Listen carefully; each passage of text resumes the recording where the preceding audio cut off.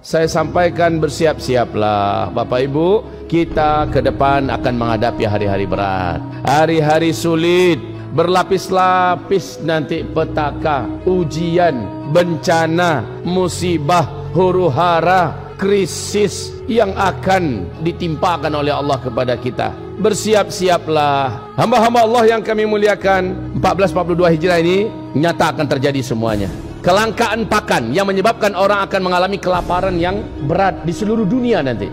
Akibat dari Covid, banyak aktivitas tidak berjalan, kebun-kebun telantar, pertanian dan peternakan akhirnya rusak dan hancur, tidak bisa dipanen, ditambah dengan bencana alam. Maka hari ini menegangkan 12 negara penghasil biji-bijian terbesar di dunia tidak berani lagi mengekspor biji-bijiannya karena dipertahankan untuk internal negara tersebut. Wahai kaum muslimin yang kami muliakan, banyak yang akan kita hadapi besok ini, Pak. Dan maaf, saya bukan peramal tentunya. Saya sudah sampaikan ini karena hadis Nabi mengatakan, senjata kalian pada masa itu, kata Rasulullah, di akhir zaman adalah isbiru, bersabar, bertahanlah kalian, terus merapat kepada Allah, terus banyakkan sujud, banyakkan angkat tangan, tawakal pada Allah Subhanahu wa taala. Pada masa itu nanti, kata Rasulullah, hari-hari yang akan kalian datangi lebih berat dan lebih buruk dari yang sedang kalian jalani.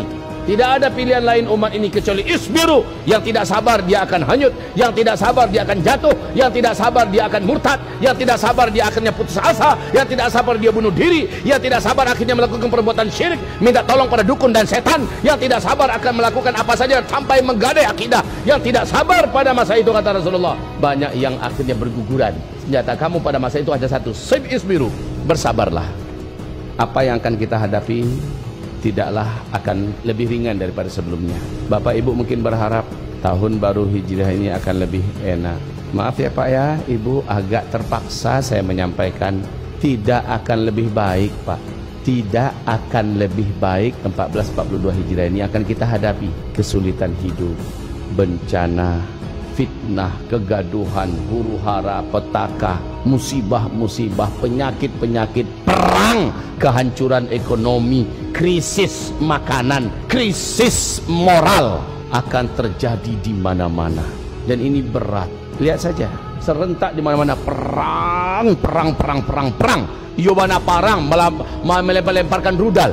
Memang tembak-tembakan, pakai komputer, pakai teknologi canggih, banyak negara dan kota-kota yang akan hancur. Di samping dengan bencana-bencana alam, serentak terjadi krisis, kelaparan ekonomi, hancur dan sebagainya. Dan ini berdampak berat kepada kita. Wallahi, sungguh demi Allah, yang paling berat menjalani ujian inilah orang-orang yang tinggal di kota-kota. Saya sebenarnya tidak mau menyampaikan ini, kayak nakut-nakutin orang. Saya menyampaikan agar kita siap-siap. Persiapan terbaik itu adalah iman, amal soleh, doa, dan sabar. Bermodalkan sabar, tidak ada yang lain. Rasulullah bersabda, di akhir zaman hujan akan mendatangkan bencana-bencana. Hari inilah dia kejadiannya, Pak. Bencana-bencana di Tiongkok, bencana-bencana di India, ini dari hujan ya. Bencana-bencana di Jepang, bencana-bencana di Vietnam, ini banjir semua. Bencana-bencana di negara Eropa, banjir.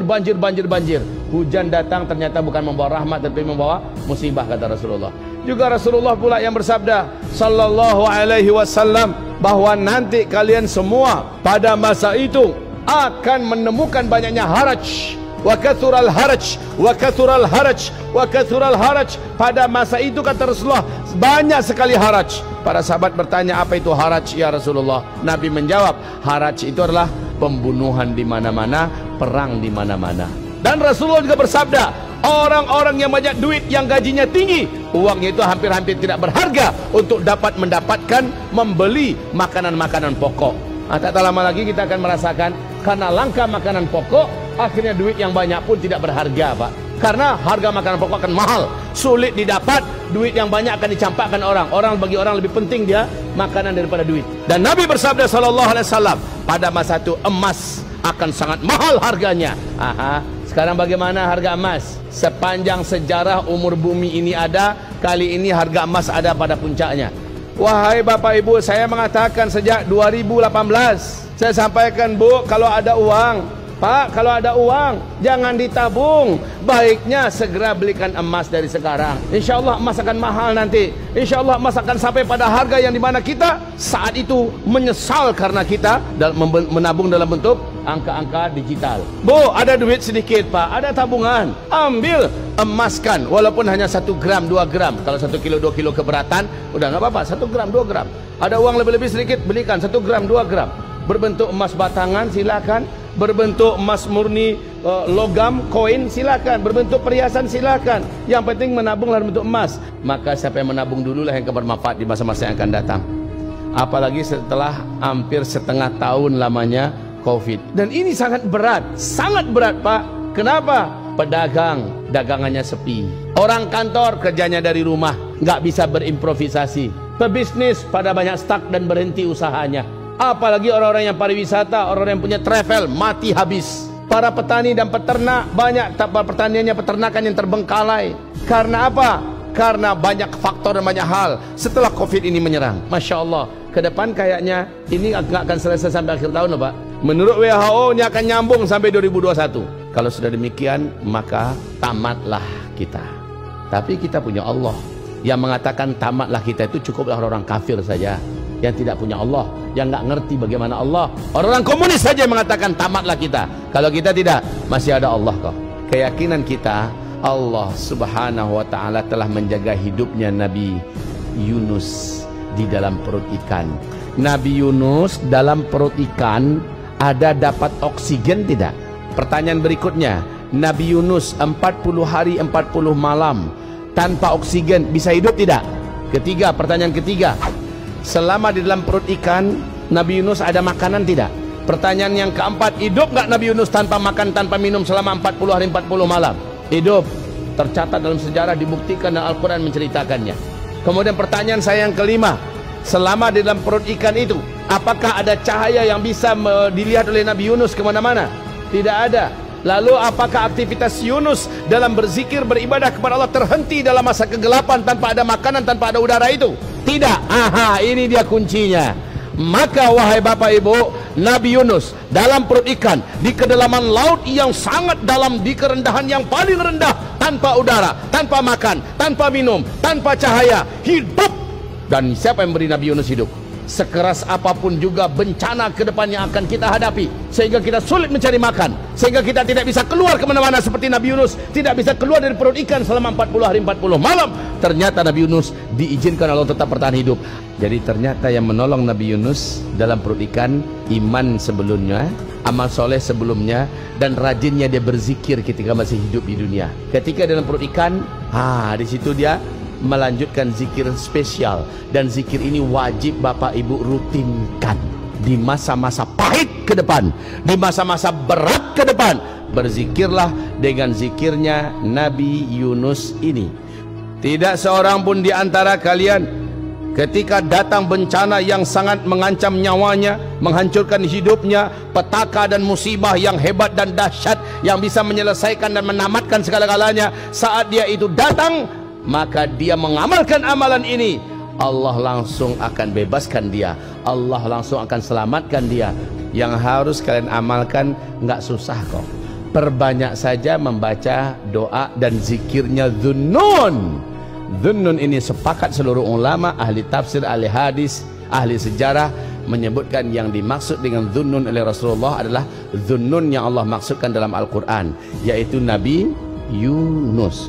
Doanya Dhunnun atau doanya Nabi Yunus yang dibaca Nabi Yunus dalam perut ikan, ini yang harus kalian baca banyak-banyak. Sebanyak Nabi Yunus membaca doa dan zikir itu dalam perut ikan selama 40 hari 40 malam, dalam gelap gulita, tanpa makanan, tanpa minum, tanpa udara, tanpa tahu tempat keluar.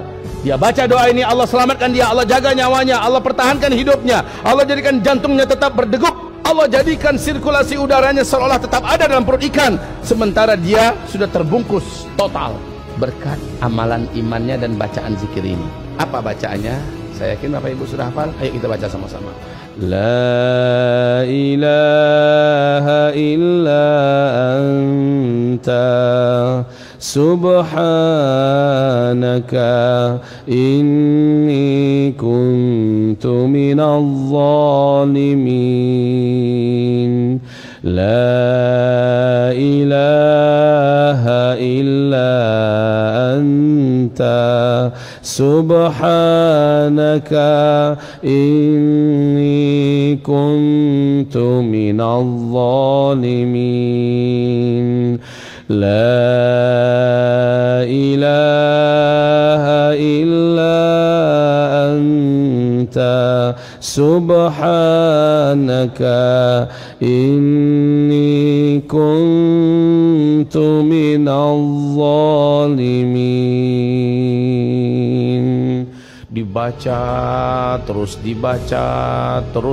illa furija anhu. Orang yang membaca ini terus menerus, furija anhu, dilepaskan dia dari masalahnya, dibebaskan dia dari himpitannya, diringankan dia dari bebannya, diselamatkan dia dari bencana yang sedang menghantam dirinya, kehidupannya. Illa furija anhu. Baca ini Pak, banyak-banyak.